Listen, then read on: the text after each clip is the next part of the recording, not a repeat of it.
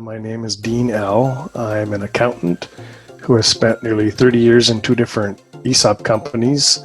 I've been with iQmetrix for 18 plus years, and we rolled out our ESOP 13 years ago. I am the controller for iQmetrix, and I've also been their ESOP administrator for the life of our ESOP. iQmetrix is a software company. We created a retail management solution primarily used by wireless retailers. In case you're wondering what that means, basically businesses that sell cell phones and related products use our tool to run their business. And besides wireless, we have developed software that's being utilized in the dispensary and restaurant markets as well. About 6 or 7 years ago, I attended a Canadian ESOP conference and got involved volunteering with the ESOP Association Canada, helping to plan future ESOP conferences. I've been on the board of directors for several years, and for the past 2 years, I've been the chair of the association. I am spearheading a project to help the association move from a free membership model to a paid membership model, and part of that is we are rolling out a new website in the fall of 2020, and we're very excited to take the association to the next level and help promote ESOPs within Canada.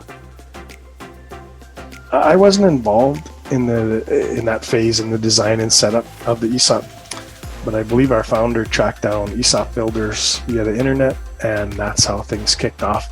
I really didn't get involved until closer to us rolling out the ESOP, and that's when my administrative duties kicked in. Our president and CEO, who was our founder, he knew early on when he started his first company that he wanted to give employees an opportunity to buy into his business. He wanted them to have an opportunity to not only participate, but also share in the financial success of the company. He believed it would empower and engage them. I remember he told me years ago he wanted to roll out an ESOP several years before he actually did. However, the timing just wasn't right. It was a young startup, and it really came down to time, resources, and funds. And in the early days, all three of those were scarce commodities. An employee who is also an employee owner, they think and act like owners. They care more. They participate more. They're building wealth for their own future as well as their coworkers and the company all at the same time. We have improved our engagement scores. Many employees consider our ESOP as a major component of their retirement planning, and I think those are the key benefits that jump out. Most ESOPs I'm aware of have been created in this sort of set it and forget it mode, and that works for a lot of companies, for a lot of ESOPs, and that's great. But that's not how our iQmetrix ESOP has evolved. I think it's a very interesting story. In fact, I'll be presenting the ESOP Association Canada on this very topic, the evolution of an ESOP agreement. We rolled out our ESOP, and from the beginning, our founder wanted some type of company contribution, which in many respects is similar to a company pension plan. So in the beginning, we offered an ESOP bonus program, but it didn't have the impact on employee participation that we intended or expected. From there, we moved on to an ESOP match program where we match employee contributions, and that sparked a new wave of investment and participation in our ESOP and really got us on our way. More recently, we pivoted as an organization, and we now have a side of our business that has become an incubator where we grow a division to a point, and then we spin it off, bringing in some investment to help fund its growth, really with the intention to sell these spun-off companies in the future To date, we have spun off one division or company, and we're very close to spinning off another. Throughout all of this, our ESOP agreement, we had to amend it when we moved from that original ESOP bonus to the company match program. Then we amended it again more recently to handle these incubated companies as we spin them off.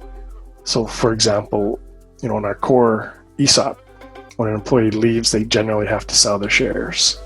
However, though, these incubated companies, those shares can't be sold until a major corporate event occurs within these incubated companies, such as we sell them off. So that means for these incubated companies, employees can actually hold on to their investment post-employment with iQmetrix. There's a lot more to this, so you'll have to attend the ESOP Association of Canada's online conference in March to hear the rest of the story. I think it's a very unique story here in Canada as to how we evolved our ESOP and our ESOP agreement at iQmetrix. ESOPs are not as common in Canada as they are in the US. There's a sense of pride within our employee ownership group when they talk to friends and peers, and that they can say, I'm an employee owner. I have invested in the company I work for, the company I believe in. If you think about it, how many employees of all the people we know in our lives actually own a piece of the company they work for? It's not very common. It's pretty sweet. The company match program we offer is very unique. It's a way the company contributes. We don't have a pension plan, but we do offer this very lucrative match to our ESOP participants. I believe an ESOP is far more beneficial to both the company and the employees if you compare it to a standard pension plan.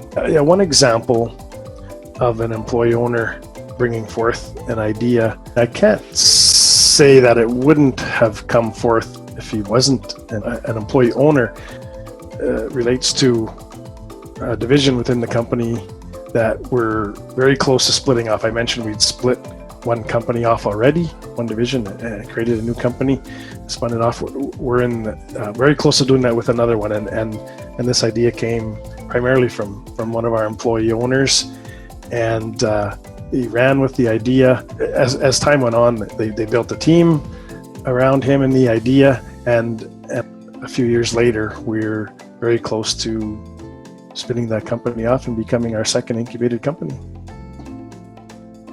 Do your research on ESOPs. Do your best to really understand them. Engage with experts such as the ESOP Builders team. Ensure you have employee level participation on your ESOP planning team. Communicate with your employees throughout the entire process.